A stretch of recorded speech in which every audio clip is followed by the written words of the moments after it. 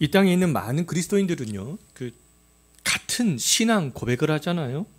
대표적인 신앙 고백이 사도신경이 되겠습니다. 그러니까 매주 사도신경을 통해서 예배의 이 장소로 모이는 대한민국에 있는 또 전 세계에 있는 모든 교인들이 삼위 하나님에 대한 고백을 하잖아요. 또 장로교인들은 12신조와 소유리 문답과 이 대요리 문답을 통해서도 우리가 믿는 진리에 대해서 동일한 고백을 합니다. 그럼에도 이 많은 성도들은 일상의 삶을 살아갈 때에 내가 한 신앙 고백에 대해서 그렇게 생각하지 않고 살아가는 것 같습니다. 신앙 고백과 그런데 우리의 삶이 일치가 되지 않고 분리가 되는 것은 잘못된 거 아니겠어요? 우리가 좀 이렇게 잘못된 신앙생활을 하고 있는 것이 아니겠습니까? 삶을 살아갈 때 그럼 우리는 내가 고백하는 신앙 고백에 대해서 우리가 좀 생각을 해봐야 될 필요가 있습니다. 내가 믿는 하나님은 과연 어떤 분인가? 일상의 삶을 살아갈 때, 그 하나님의 존재에 대해서 생각할 때 내가 믿는 하나님은 어떤 분이지? 하나님이 나와 이 세상에 어떤 일을 하셨지? 성경과 구원과 또 교회와 은혜의 방편이 이 말씀과 기도와 성례와 십계명과 이 주기도문에 있는 말씀에 대해서도 우리가 생각하고 묵상하고 그것들을 우리가 실현하기 위해서 살아야 되는 것이 아니겠어요? 많은 교인들이 입술로 고백한 신앙 고백에 대해서 그리고 장로교인들이 고백을 하는 교리에 대해서 웨스트민스터 신앙 고백에 대해서 생각하지 않고 살아가는 것은 이거는 신앙생활을 제대로 하는 것이 아니다라고 말할 수가 있겠습니다. 유명한 프랜차이즈 식당이나 카페의 특징들이 있잖아요. 그 특징은 전국에 어디를 가든지 전 세계에 어디를 가든지 맛이 동일한 겁니다. 예? 간판은 동일한데 맛이 동일하지 않다면 프랜차이즈 식당은 성공할 수가 없잖아요. 만약에 여기 다르고 저기 다르고 이 동네 다르고 한다면 프랜차이즈로서 질이 떨어질 수밖에 없습니다. 사람들이 프랜차이즈 카페에 가는 이유는 전국 어디를 가나 분위기가 동일하고 맛이 동일하기 때문에 프랜차이즈 카페를 가는 것이 아니겠어요? 마찬가지로 이 땅에 있는 많은 성도들이 같은 믿음을 고백을 한다면 신앙생활을 하는 모습이 동일해야 될 필요가 있습니다. 그러나 같은 신앙 고백을 하고 같은 장로교파 안에 있고 심지어 같은 교회 안에서 신앙생활을 하고 있음에도 신앙생활을 하는 그 모습과 방향성이 동일하지 않은 경우가 상당히 많습니다. 프랜차이즈 카페보다 못한 모습이 교회에서 각 성도들에게서 나타나고 있는 것이 현실이잖아요. 우리의 근데 신앙 고백이 같다면 신앙생활하는 그런 모습과 방향성, 어떠한 태도, 이 모든 것들도 다 같아야 될 필요가 있습니다. 신앙생활하는 모습이 서로 다른 것은요, 포용성의 문제가 아닙니다. 어떤 사람들은 이것이 포용적인 그런 문제로 이야기를 하는 사람들도 있는데 그렇지 않아요. 진리의 문제가 되겠고요. 정체성의 문제가 되겠습니다. 신앙인으로서의 정체성, 장로 교인으로서의 정체성, 신앙인으로서의 진리, 그런 문제가 된다라는 거죠. 우리가 교리를 통해서 배웠듯이 정당한 말씀의 선포와 정당한 성례의 집행과 권징이 있으면 다 교회다라고 말할 수가 있어요. 언덕 위의 교회도 교회고요. 우리의 신앙이 방향성이 다른 성도가 다니는 교회도 교회가 되겠습니다. 이 세 가지 특징이 있으면요, 모두 하나님이 함께 하시는 교회가 맞고요, 하나님께 영광을 돌리는 교회가 맞고요, 죄인을 구원시키고 제자를 만드는 교회가 맞습니다.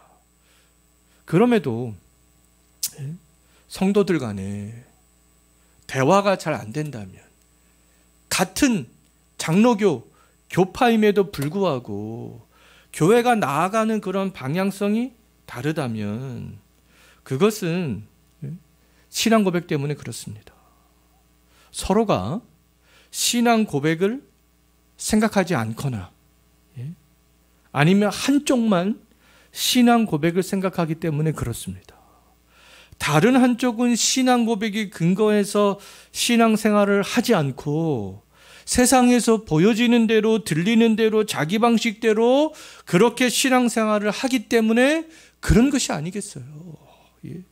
예를 들어서 성경에서 궁극적으로 말씀하고 있는 복은 영적인 복이지 물질적인 복이 아니잖아요. 인종, 어떤 사회적 신분적 계층, 성별, 나이와 상관없이 예수 그리스도로 말미암아 주어지는 복은 부르심과 중생과 회심과 칭의와 양자와 성화와 영화의 그런 복들이잖아요.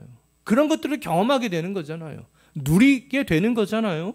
이 땅에서 하나님의 자녀로 부름을 받고 의롭다 칭함을 받고 하나님의 자녀로서 거룩한 삶을 살아가다가 우리가 영화롭게 되는 것이 복이라고 말할 수 있겠습니다. 똑같이 신앙을 고백하고 믿음 안에 있지만 예수 그리스도 안에서 주어지는 이러한 영적인 복은 생각하지 않고 어떤 물질적인 복과 성공을 생각하는 것은, 성공을 생각하는 그리스도인들, 그것만을 중요하게 생각하는 그리스도인들과 우리가 대화를 하는 것은요, 쉽지 않습니다. 올바른 그리스도인의 어떠한 신앙생활의 방향성은 부르심, 중생, 회심, 칭의, 양자, 성화, 영화, 이런 것에 초점이 맞춰져 있어야 되는 거 아니겠습니까? 창조주 하나님의 부르심을 받은 나, 예수 그리스도로 말미암아 중생의 은혜를 받은 나, 성령으로 회심하여서 하나님 앞에서 의롭게 된 나, 하나님의 자녀가 된 나, 거룩을 향해 달려가야 할 나, 장차 영화롭게 될 나와 하나님과의 관계에 대해서 생각을 하면서 신앙생활을 하는 것이죠. 그런 신앙의 방향성에 맞추어서 신앙생활을 하는 것입니다.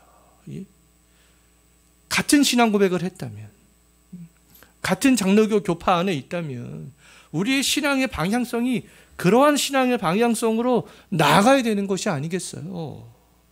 우리가 신앙 고백을 한 대로 신앙생활을 할 때, 그런데 반드시 경험하게 되는 것이 있는데요. 그 경험은 사도신경을 고백하는 성도들, 장로교에서 중요하게 생각하는 교리를 고백하는 성도들, 우리가 신앙의 고백을 한 것처럼 그것들을 삶을 통해서 구현해 내려고 하는 그런 성도들이라면 누구나 다 경험하게 되는 것이 되겠습니다. 어떤 경험을 하게 되는지 오늘 읽었던 디모데후서 3장 12절 한번 보십시오. 어떤 경험을 하게 된다라고 말씀하고 있습니까? 박해라고 말씀을 하고 있잖아요. 신앙 고백은요, 우리를 세상과 구별시켜 주기 때문에 그렇습니다. 우리가 믿고 구현해 내려고 하는 것은 세상 사람들이 믿고 신뢰하고 그들이 구현해 내려고 하는 것과 다르기 때문에 그렇습니다. 신앙 고백은 우리가 믿는 것을 고백하는 거잖아요.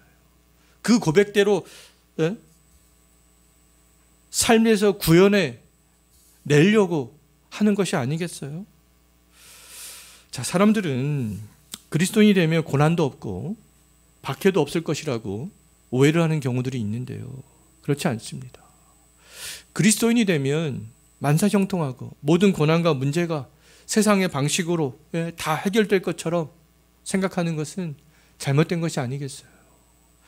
세상적으로 좋게 되는 것만 생각하고 그리스도 때문에 박해를 받는 것을 생각하지 않는다면 그것은 올바른 신앙생활이 아니다라는 것이죠. 근데 박해를 좋아하는 사람은 없습니다. 저도 박해받는 것을 좋아하지 않아요. 그러나 성경에서는 분명히 예수 안에서 경건한 삶을 살고자 하는 그리스도인들에게, 신앙을 고백한 대로 살고자 하는 그 그리스도인들에게는 박해는 필수적인 것이다, 이렇게 말씀하고 있잖아요. 예수님께서도 마태복음 5장 10절과 11절에서 의를 위하여 박해를 받는 것, 예수로 말미암아 박해를 받는 것은 복이다, 이렇게 말씀합니다. 신앙 고백은 하는데 박해를 거절한다면, 박해를 받지 않기 위해서 세상과 타협을 한다면 신앙을 고백한 대로 살지 않는 거잖아요. 그래서 그것은 거짓된 신앙 고백이 아니겠어요? 고난 앞에서 하나님을 의지하지 않고 하나님을 원망한다면 전능하사 천지를 만드신 하나님을 믿지 않는 것이 아니겠습니까? 예? 나의 죄 문제보다 세상의 문제를 더 가치 있게 생각한다면, 영원한 세상보다 이 세상을 더 좋아한다면 성령으로 동정녀 마리아에게서 탄생하신 예수, 십자가에 못 박히시고 사흘 만에 부활하셔서 전능한 하나님 우편에 앉아 계시다가 저리로서 산자와 죽은 자를 심판하러 오실 예수 그리스도를 믿지 않는 것이 아니겠어요? 예수 그리스도 안에서 교회의 하나됨과 성도와 성도가 서로 교제하는 것을 거부하고 즐거워하지 아니하고 내 죄가 사해졌다는 것과 몸이 다시 부활하여서 영원히 사는 것을 믿지 않는 것은 성령의 역사하심을 믿지 않는 것이 아니겠어요? 날마다 예배 시간마다 이 사도신경을 우리의 입술로는 고백하지만, 이처럼 우리가 사도신경을 고백하는 것은 삼위 하나님을 믿고 그 믿음 안에서 살아가겠다는 그런 신앙의 고백이 되겠습니다. 신앙 고백은 입술로만 하는 것이 아니라 마음과 우리의 삶으로 하는 거잖아요. 제가 생각할 때 우리의 이 신앙 고백의 꽃, 신앙 고백의 꽃은 바로 경건이 되겠습니다. 경건. 자, 신앙을 고백한 대로 사는 사람은 하나님을 기쁘시게 하기 위해서 경건한 삶을 사는 사람들이 되겠습니다. 경건한 삶은 근데 입술에 머물러 있지 않고 삶으로 표출이 되는 거 아니겠어요? 경건은 입술에 머물러 있는 것이 아니죠. 우리의 삶으로 내가 믿는 하나님, 삼위의 하나님을 내 믿음의 고백대로 이 삶으로 표출이 되는 것이 바로 경건이 되겠습니다. 우리가 이 땅에서 인생을 사는 동안 조금이라도 박해를 피할 수 있는 비결은요, 세상 사람들이 살아가는 삶의 방식을 따라가면 됩니다. 그들과 똑같이 하면 그들은 우리를 싫어하지 않아요. 세상 사람들의 삶의 방식을 따라가면 가족과 친척과 믿지 않는 직장의 사람들로부터 크고 작은 여러 가지 박해를 받지 않을 수 있습니다. 그러나 경건한 그리스도인들은 세상의 방식을 따르지 않잖아요. 믿음의 대상이 다르기 때문에 그렇습니다. 내가 고백하는 그 믿음의 고백이 다르기 때문에 그런 거 아니겠어요? 바울이 고난을 당했던 이유도, 초대교회 많은 신자들이 고난을 당했던 이유도, 종교개혁 시대에 많은 성도들이 고난을 당했던 이유도 다 똑같습니다. 자기들이 한 신앙 고백 때문에 그들은 그런 삶들을 살아갔던 것이죠. 그 신앙 고백을 구현해 내기 위해서 무엇을 통하여서요? 삶에서 경건을 통하여서. 세상의 삶의 방식을 그들은 거부했기 때문에 박해를 받을 수밖에 없었습니다. 신앙을 고백한 대로 살아가는 삶의 방식을 따랐기 때문에 그들은 박해를 받을 수밖에 없었던 것이죠. 신앙의 고백이 곧 그들의 양심이 되었기 때문에 그렇습니다. 오늘 본문을 통해서 우리가 기억해야 할 것은, 참된 신앙 고백을 하는 사람들은 박해에도 불구하고 경건하게 살고자 한다라는 겁니다. 이제 2022년 올해도 이틀 남았잖아요. 이틀 남은 기간 동안 입술로만 신앙 고백을 지난 한 해 동안 했는지, 아니면 내가 신앙 고백을 한 그대로 살려고 했는가, 그것에 대해서 우리가 좀 생각을 해봤으면 좋겠습니다. 나는 입술로는 날마다 신앙 고백을 하기는 하고 있는데, 매주마다 하잖아요. 그리고 그 교리의 말씀들 배우고 또 다른 사람에게 가르치고 그러는 가운데 있는데, 내가 그런 말씀들을, 신앙의 고백들을 이 삶에서 구현해 내려고 하고 있는가? 구현해 냈는가? 그것들을 우리가 고민해 보는 거죠. 생각해 보는 겁니다. 송구 영신 예배는 하나의 연례 행사가 아니잖아요. 지난 한 해를 이 말씀으로 돌아보고 또 내년 다가올 한 해를 말씀으로 준비하는 거 아니겠습니까? 이제 그런 것들을 각 가정에서 자녀들과 함께, 가족들과 함께, 아니면 가족들이 믿지 않으면 나 혼자라도 가정에서 그런 것들을 하는 것이죠. 우리가 얼마만큼 그 신앙 고백을 한 대로 우리의 삶을 통하여서 경건히 표출이 되었는가.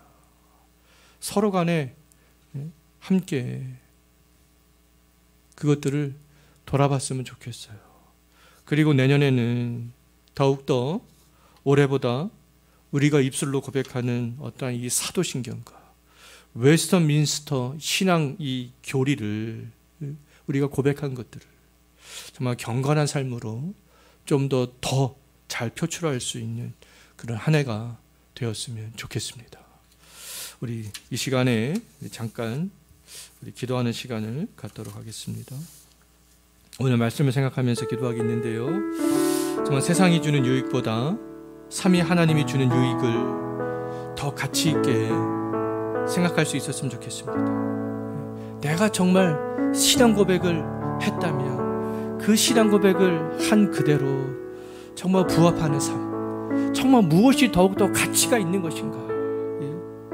그 삼위 하나님 주시는 정말 그 유익을 더 큰 가치로 알고 정말 이 땅에서 살아가는 그런 그리스도인이 될 수 있도록 기도하시고, 또 우리의 신앙 고백이 경건한 삶으로 표출될 수 있도록 우리 이 시간에 다 같이 한번 기도할 수 있었으면 좋겠습니다.